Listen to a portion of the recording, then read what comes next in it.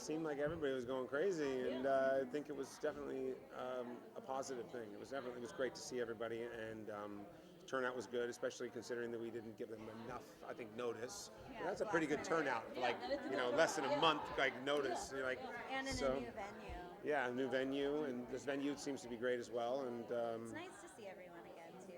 A lot of people that come to the events, to all of our events, we got to know so many of them. So it was really nice to see them all again in person. Yeah. See their enthusiasm in person. Now your characters have been going through some stuff, and then we have the ups and downs. Oops. Yeah. I mean, little devil possession. Devil possession. Yeah. I mean, but I swear, it was Belle. It was what? It was you. It was me. It was you and Jan. Yeah. There was lots The of devil in it was Jan. It wasn't Jan. Oh, I thought you meant the story. No, I swear it was you. I didn't do anything wrong. Yeah. It was all me. I didn't know it wasn't my baby. That's right. You didn't know? I had no idea. Sean never has any idea. Yeah. That is Take it easy. Take it easy. okay. So what was it like putting that whole storyline? Jan comes in and she's hysterical. I mean, at the end of the minute she showed up, I'm like, she's gonna come back or something crazy. I mean, it's the most justified cheating, the devil possessing somebody, or like morphing somebody.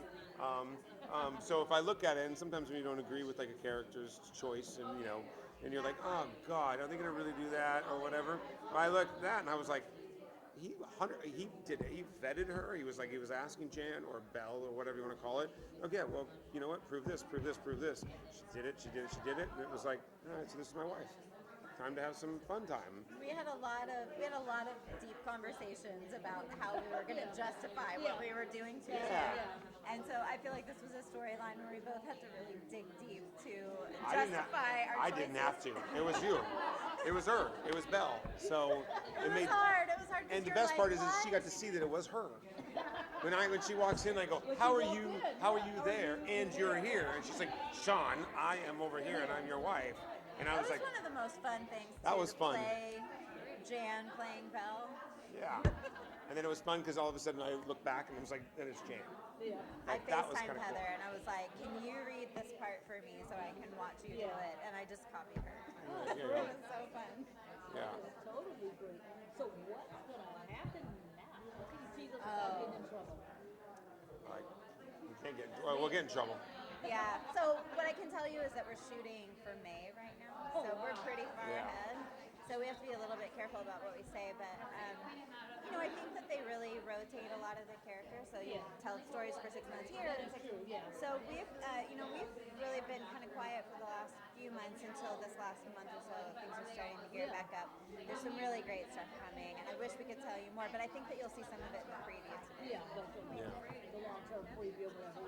Yeah. But it's nice to be back on a full-time basis and to really be, really a consistent part of the cast, because we've always been in and out, and I think, after COVID and my family moved back and we both made a commitment to the show that we really wanted to do that, they really were very happy to do that for us.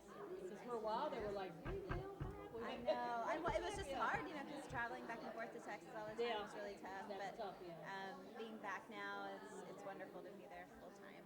And how do you guys adjust to, like, you guys are shooting so far in advance, show's on the week now, and just knowing what's happening, and what you guys watch it like a couple of days to see where we're at, or you guys, I mean, I only get scripts for the stuff that I'm in, so when I haven't been there for a week or something, I'm like, so what's happening with this, and what does this mean, and I read this, and I don't know what that means. She had asked me about what's going on. She was like, so you're working a lot, I see you on the schedule, but I don't have the scripts, so what are you doing? And I was like, so I'm doing this. Okay.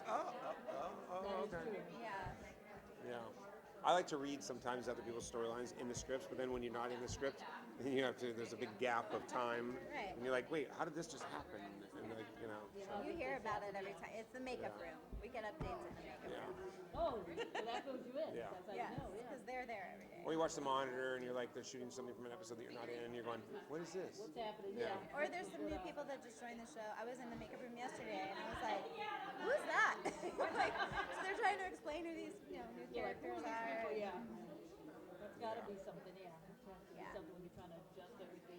Yeah, going to Peacock's been good, and I think, if COVID has taught us anything, it's to adapt. And I think that going to Peacock was the best outcome possible for the times, and they seem to be really enjoying it, and the numbers are good, and I think we're there to stay. Yeah, it's interesting too because people used to watch at a certain time, and I still see like trends and tweeting, and I'm like, if y'all watching different times, Right. and that's the hard part. Like watching at 5 o'clock, or used to watch at 1 o'clock. So And people who like to binge can binge a whole week on the weekend. It's fun. So it's more convenient, and I actually think that's good for the numbers. Yeah, but it's totally fun. And last, I'm gonna find out from you guys what kind of music you're listening to these days, or what do you want for holidays?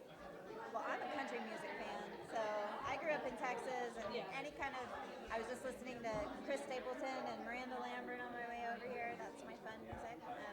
Holidays, I'm going to Utah with my family. My sister's family all lives there, and all of my sisters and their families are traveling in from all over the country to meet up there. And Christmas will just be home. My husband's birthday is on Christmas Day, so it's always a big day. You get a couple of weeks to relax, Yes. On Christmas Day. What am I listening to? Rufus the Soul. I went and saw them at the Hollywood Bowl. For some reason, I don't know. It's just their music is amazing. And then Sickick was another one that I listened to. I'm going to Oregon for Thanksgiving to go there for Thanksgiving and for the Oregon-Utah football game. And I haven't been to an Oregon Duck football game, which I used to go to growing up as a kid for all the time. I haven't been for probably 17 years. So, and every year it comes down and I'm like, oh, I'm going to go, and I don't go. I'm going to go. So now I booked it. So now I'm going to stay there for Thanksgiving, and then I'm going to stay here for Christmas. Then I'm going to fly back to Oregon again for my dad's birthday, his 70th birthday on the 7th of January. Well, he turned 70 on the 29th, but they're doing a big birthday party for him on the 7th. Yeah. Happy birthday. Yeah, 70. That'll be a good one. I think you like 69 though. That's our favorite birthday. Cool. We'll have a good holiday. Good talking to you guys. Good talking to you.